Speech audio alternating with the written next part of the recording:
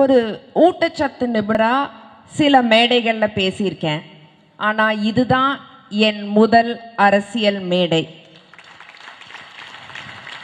நான் தந்தை பெரியாரின் வரலாறும் திமுகவின் வரலாறும் முத்தமிழறிஞர் டாக்டர் கலைஞர் ஐயாவின் வரலாறும் பேரறிஞர் அண்ணாவின் வரலாறும் என்னோட கல்லூரி நாட்களில் படிச்சிருக்கேன். அதனால் இன்னைக்கு வரலாறை எழுதி வச்சு படிச்சிடலாம் அப்படின்னு நினச்சேன். ஆனால் என்னமோ தெரியல, இங்கே வந்ததுக்கப்புறம் உங்களெல்லாம் பார்த்ததுக்கப்புறம் எனக்கு அந்நியமாக தோணல. அதனால என் மனசிலிருந்து பேசணும்னு நினைக்கிறேன். எதுவுமே நான் எழுதிட்டு வரல. பிழைகள் இருந்தால் மன்னிக்கவும். அண்ட் எனக்கு உடம்பு சரியில்லை, இது என்னோட வாய்ஸ் கிடையாது, எல்லாரும் ஓடிடாதீங்க. என் வாய்ஸ் இதை விட கொஞ்சம் நல்லா இருக்கும். நான் கல்லூரியில் படிச்சுட்டு இருந்தப்போ அந்த வகுப்பு ஆசிரியர் எல்லார்கிட்டையும் நீங்கள் யாருடைய ரசிகை அப்படின்னு கேட்டாங்க. சில பேர் நான் மைக்கேல் ஜாக்சன் ரசிகை அப்படின்னாங்க, சில பேர் நான் ஆமிர் கான் ரசிகை அப்படின்னாங்க. நான் முத்தமிழறிஞர் டாக்டர் கலைஞர் ஐயாவின் ரசிகைன்னு பெருமையா சொன்னேன். இன்னைக்கு ஒரு பெண்ணா இங்க நின்று பேசுறேன்னா அந்த தைரியம் எனக்கு வந்ததற்கு காரணம் கலைஞர் ஐயா தான். அப்பா காசுல வாழக்கூடாது, சுயமா சம்பாதிக்கணும் அப்படிங்கிற தைரியம் வந்ததற்கு காரணம் கலைஞர் ஐயா தான். சங்கிலிய உடைச்சிட்டு கனவுகள் பின்னாடி ஓடணும் அப்படிங்கிற தைரியம் வந்ததற்கு காரணம் கலைஞர் ஐயா தான். அதனால எனக்கு திமுக மேல இருக்கிற மரியாதை பத்தியும் கலைஞர் ஐயா மேல இருக்கிற மரியாதை பத்தியும் கழக தலைவர் திராவிட நாயகன் அவர் மேல இருக்கிற மரியாதை பத்தியும் எங்கள் மாவீரன், எவராலும் வீழ்த்த முடியாத மாவீரன் சேகர் பாபு ஐயா மேல எனக்கு இருக்கிற மதிப்பும் மரியாதை பத்தியும் என் மனசிலிருந்து பேசணும்னு நினைச்சேன். திமுகவின் வரலாறு எல்லாரும் படிக்கணுங்க. ஏன்னா திமுக வரலாறு படிச்சாதான் நமக்கு வெற்றினா என்ன, தோல்வினா என்ன, தியாகம்னா என்ன, மனித நேயம்னா என்ன, வாழ்க்கைனா என்னன்னு புரியும். எனக்கு என்ன பத்தி ஒரு புரிதல் வந்ததற்கு திமுகவின் வரலாறு தான் காரணம். என்னோட ஃப்ரெண்ட்ஸோட ரூம்லலாம் அப்போ நாங்கள் ஸ்கூல் டேஸ் காலேஜ் டேஸில் மைக்கேல் ஜாக்சன் போஸ்டர் இருக்கும், ஷாருக் கான் போஸ்டர் இருக்கும். என்னோட ரூமுக்கு வந்தீங்கன்னா தந்தை பெரியார் போஸ்டர் இருக்கும், எங்கள் அப்பா போஸ்டர் இருக்கும், கலைஞர் ஐயாவோட போஸ்டர் இருக்கும், கழக தலைவரோட போஸ்டர் இருக்கும். நான் காலேஜ் எல்லாம் படித்து முடிச்சுட்டு பிரசாந்த் ஹாஸ்பிட்டலில் ஊட்டச்சத்து நிபுணராக வேலைக்கு சேர்ந்தேன். கை நிறையா சம்பாதிச்சுட்டு இருந்தேன். ஆனால் என்னமோ தெரியலைங்க, ஒரு மன நிறைவில்லை, ஒரு தேடல் இருந்துகிட்டே இருந்தது. மக்கள் பணி செய்யணும் அப்படிங்கிற ஒரு தேடல் இருந்துகிட்டே இருந்தது. அப்பதான் சரி ஒரு சின்னதா ஒரு தொண்டு நிறுவனம் ஆரம்பிக்கலாம். எங்க அம்மா பேர் மகேஸ்வரி, நாங்க மகின்னு கூப்பிடுவோம். மகிழ்மதி இயக்கம் அப்படின்னு சின்னதா ஒரு தொண்டு நிறுவனம் ஆரம்பிக்கலாம். அந்த தொண்டு நிறுவனம் மூலமா வறுமை கோட்டுக்கு கீழே இருக்கிற மக்களுக்கு இலவசமா ஊட்டச்சத்து நிறைஞ்ச உணவு கொடுக்கலாம் அப்படின்னு ஒரு யோசனை ஒன்று வந்துச்சு. அந்த தொண்டு நிறுவனம் ஆரம்பிக்கிறதுக்கு முன்னாடி கழக தலைவரை ஒரு தடவை பார்க்கணுன்னு ரொம்ப ஆசையாக இருந்தது.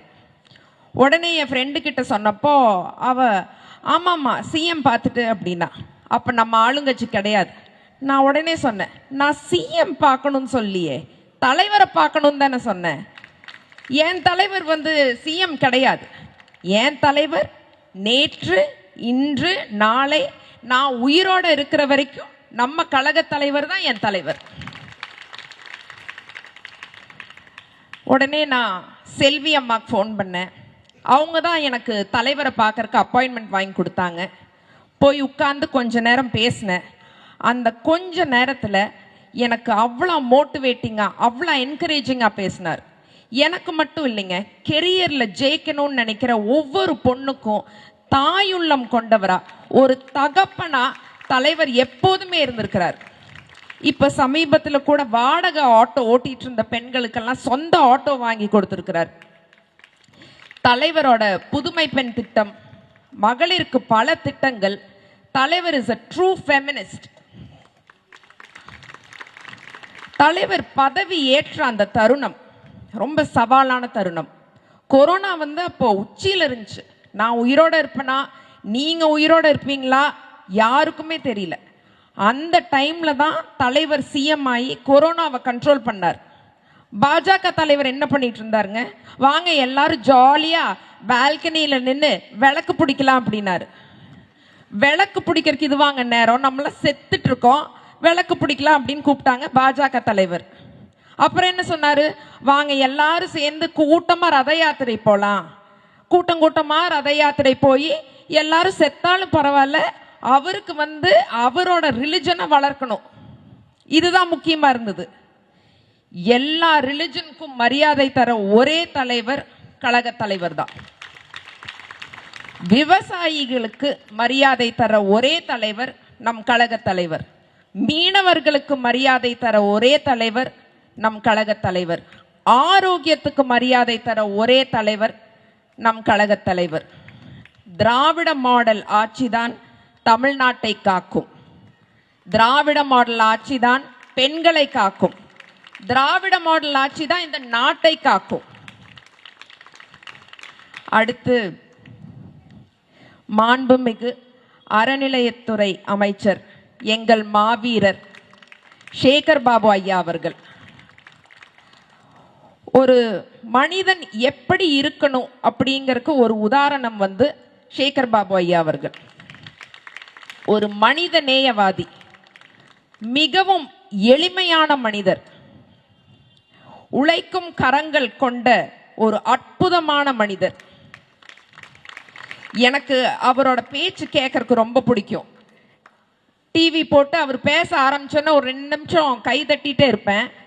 அதுக்கப்புறம் எனக்கு கொஞ்சம் கவலையா இருக்கும், எங்க அப்பாவை பத்தி கவலைப்படுற மாதிரி. இவர் எப்ப சாப்பிடுவாரு, எப்ப தூங்குவாரு, ஓடிட்டே இருக்காரே அப்படின்னு நினைப்பேன். அந்த அளவுக்கு ஒரு கடுமையான உழைப்பாளி சேகர் பாபு ஐயா. I am truly proud and honored to talk about our honorable Deputy CM, Udayanidhi Stalin sir. Udhayanidhi Stalin sir வந்து ஏசி கேரவேன்ல உட்காந்துட்டு சொகுசு விமானத்துல ஃப்ரெண்டு கூட, ஃப்ரெண்டு கல்யாணத்துக்கு போற ஒரு போலி அரசியல்வாதி கிடையாது. He is a hardworking hero who believes in the principles of duty, dignity and discipline. மழை வந்தாலும் வெள்ளம் வந்தாலும் நமக்காக இறங்கி வேலை செய்வார். பாஜக அரசிடம் இருந்து தமிழ்நாட்டை காக்க வந்த மாமன்னன். அவரை எதிர்த்து யாரு எங்க நின்னாலும் டெபாசிட் போயிருங்க. Udhayanidhi Stalin sir is an unbeatable hero. மரியாதைக்குரிய மேயர் திருமதி பிரியாராஜன் அவர்கள் மேயரா இருக்கிற ஒரு ஊர்ல நான் வாழ்றேங்கிறது எனக்கு ரொம்ப பெருமையா, ரொம்ப பாதுகாப்பா இருக்கு. Hats off to your hard work ma'am. முனைவர் திரு பர்வீன் சுல்தானா அவர்கள் வராங்கன்னு சொன்னோன்னா நான் ஓடிடலான்னு நினைச்சேன். எனக்கு ஐ திங்க் அதனாலதான் காய்ச்சலே வந்துருச்சுன்னு நினைக்கிறேங்க, பயத்துல. அவங்களோட பேச்சு கேட்கறது வந்து எனக்கு ஒரு 5 ஃபில்டர் காஃபி குடிச்ச மாதிரி. Thank you for the energy ma'am. மரியாதைக்குரிய நித்யஸ்ரீ மேடமோட குரலுக்கு வந்து நாங்க எல்லாருமே அடிமை. I've always been a fan girl.